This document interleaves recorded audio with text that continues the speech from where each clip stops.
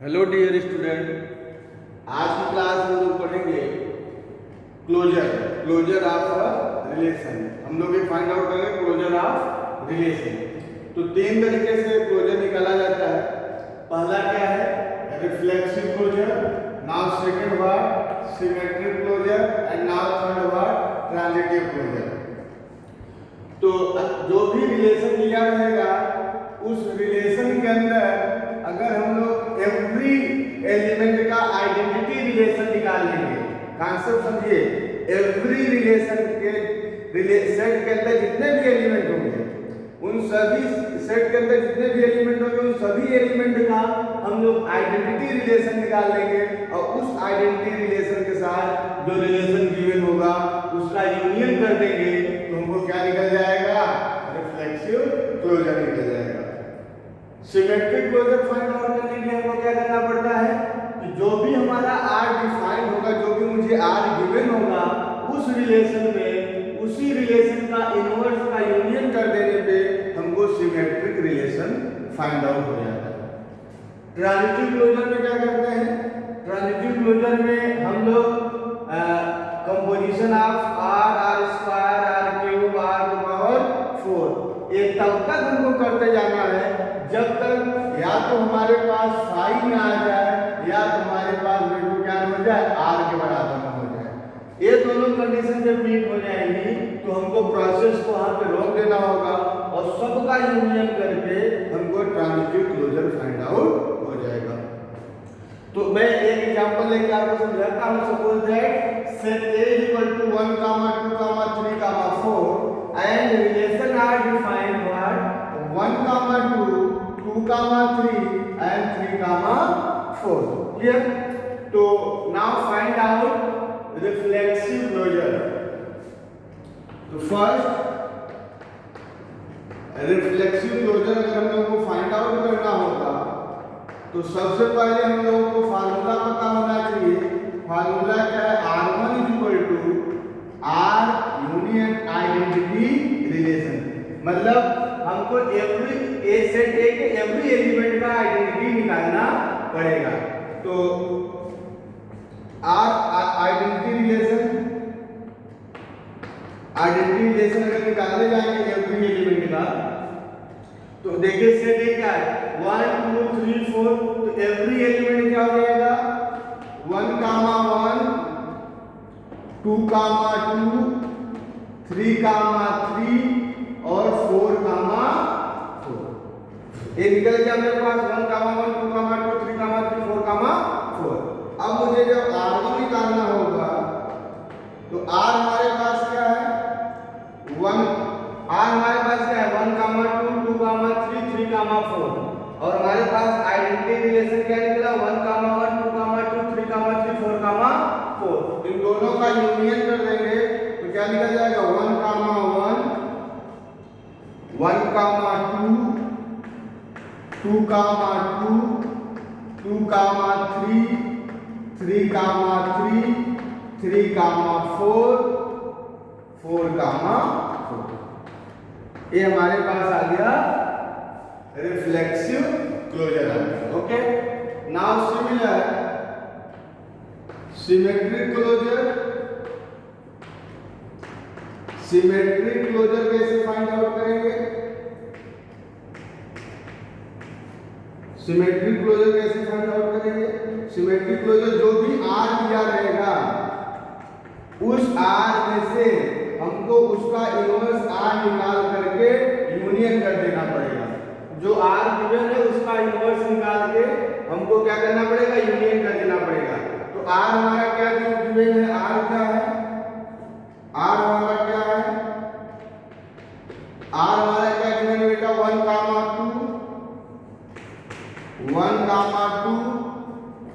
2, 3, 3, 4 union. अब इसका R inverse निकाल लीजिए। इसका R इनवर्स क्या हो जाएगा? 2, 1, 2, 1, 3, 2, 4, 3। अब आपको पता है ना इसका इनवर्स, अगर 1, 2 है इसका इनवर्स क्या हो जाएगा? 2, 1, तो 3 कामा 2, 4 कामा 3 है, 3 कामा 4 है तो 4 कामा 3। अब इनका यूनियन कर लीजिए तो आपके पास जो सिमेट्रिक क्लोजर आ जाएगा, सिमेट्रिक क्लोजर क्या आ जाएगा आपके पास 1 कामा 2, 2 कामा 1, 2 कामा 3, 3 कामा 2, 3 कामा 4, 4 कामा। ये आपके पास क्या हो जाएगा, हम लोगों ने रिफ्लेक्सिव क्लोजर निकाल लिया और सिमेट्रिक क्लोजर निकाल लिया। अब हमको निकालना क्या पड़ेगा बच्चों, ट्रांजिटिव क्लोजर। ये थोड़ा इंपॉर्टेंट है, इसको आप लोग नोट कर लीजिए और इसके बाद हम लोग चलते हैं ट्रांजिटिव क्लोजर।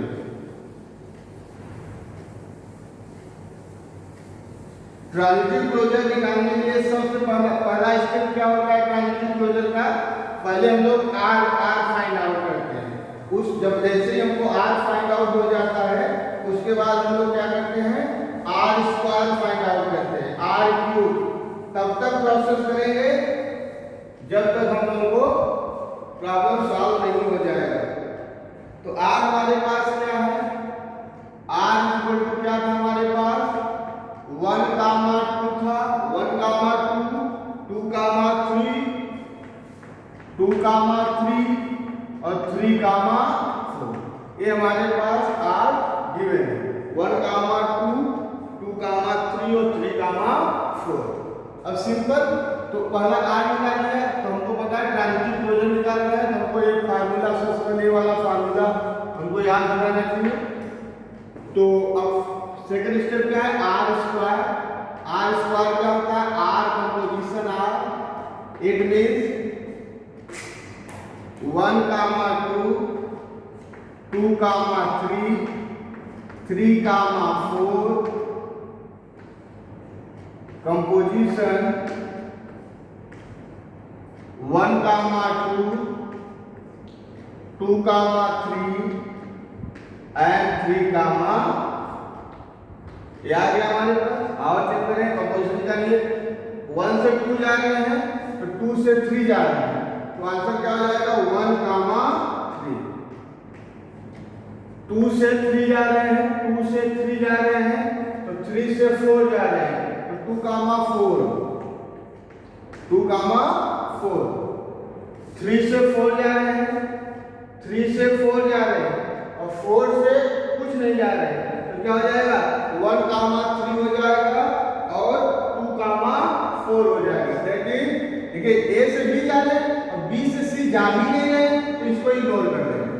ए से बी जा रहे हैं, बी से सी जा ही नहीं रहे हैं तो इसको इग्नोर कर देंगे। तो क्या आ गया आपके पास, आर स्क्वायर क्या आ गया आपके पास 1 कामा 3 और 2 कामा 4। क्या ये आर के बराबर है, आर देखिए आर तो आर के बराबर नहीं है। क्या ये 5 हो गया, नहीं हो गया, और स्टेप फॉलो करेंगे और स्टेप बढ़ाएंगे। तो अब क्या हो जाएगा R cube, R square composition R means 1 comma 3, 2 comma 4, composition 1 comma 2, 2 comma 3, 3 comma 4। Clear?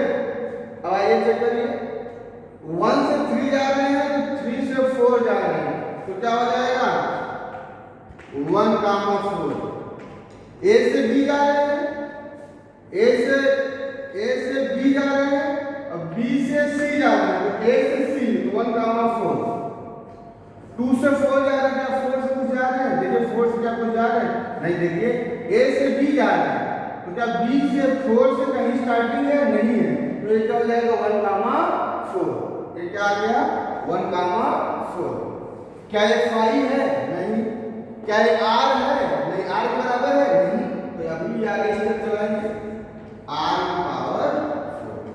ये क्या हो जाएगा r cube composition r cube composition r। तो r क्यूब क्या हो जाएगा हमारे पास, r क्यूब की वैल्यू क्या है 1 कामा 4, कंपोजिशन r क्या है 1 कामा 2, 2 कामा 3, 3, 4। अब देखिए ए से बी देखो, ए से बी, क्या बी से पूछा क्या 4 कहीं स्टार्टिंग है? नहीं है ना, तो ए से बी जा रहे हैं बट बी टू सी नहीं मिल रहा, तो ए टू सी आंसर हो ही नहीं सकता। तो ए से बी जा रहे हैं तो आगे मिल नहीं रहा, इसका मतलब ये टू क्या हो जाएगा? अब वो आप वाला क्या है कंडीशन? 5 मिल गया। क्या मिल गया? 5 मिल गया। यही कॉन्सेप्ट आपको पकड़ना था, 5 मिल गया। जब आपको 5 मिल गया तो आपको वही, या तो आपको 5 मिल जाएगा तो आपको स्टॉप हो जाना है, या आपका R मिल जाएगा तो आपको स्टॉप कर जाना है। तो अब आपको क्या हो जाएगा? Transitive closure R plus equal to क्या हो जाएगा? R union R square union R cube union R 4। अब क्या हो जाएगा? R की वैल्यू क्या है हमारे पास? 1, 2, 3, 4 यूनियन R स्क्वायर की वैल्यू हमको क्या? R स्क्वायर की वैल्यू क्या मिली है? 1, 3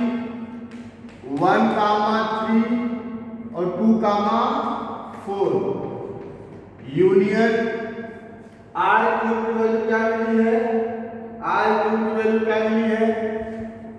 1, 4 यूनियन R4 की वैल्यू क्या मिली है? वो 5, कुछ एलिमेंट ही नहीं मिला, 5 मिला है।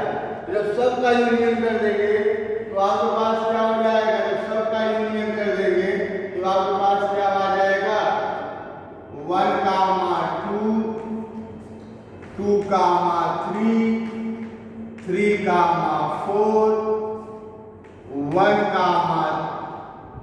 3, 2, 4 1, 4। That is a transitive closure of relation R. That is a transitive closure of relation R. तो इस तरीके से जो भी क्लोजर, अगर आप क्लोजर से रिलेटेड प्रॉब्लम आती है इसमें रिफ्लेक्सिव, सिमेट्रिक और ट्रांजिटिव क्लोजर फाइंड आउट करना होगा, तो आप इसी प्रोसेस को फॉलो करिएगा। तो आई होप आपको क्लास समझ में आई होगी। क्लोजर तभी निकाला जाता है जब पर्टिकुलर रिलेशन अगर रिफ्लेक्सिव नहीं होगा तो क्लोजर निकाल के उसको, क्लोजर निकल गया मतलब वो रिलेशन अब रिफ्लेक्सिव हो गया। सिमेट्रिक क्लोजर निकल गया, पहले गिवन प्रॉब्लम सिमेट्रिक क्लोजर तभी निकालेंगे जब रिलेशन सिमेट्रिक नहीं होगा। तो जैसे ही क्लोजर निकालते हैं वो रिलेशन क्या हो जाता है? सिमेट्रिक में आ जाता है। उसके बाद जब रिलेशन ट्रांजिटिव नहीं रहता तो उसको क्लोजर निकाल देता है, ट्रांजिटिव हो जाता है।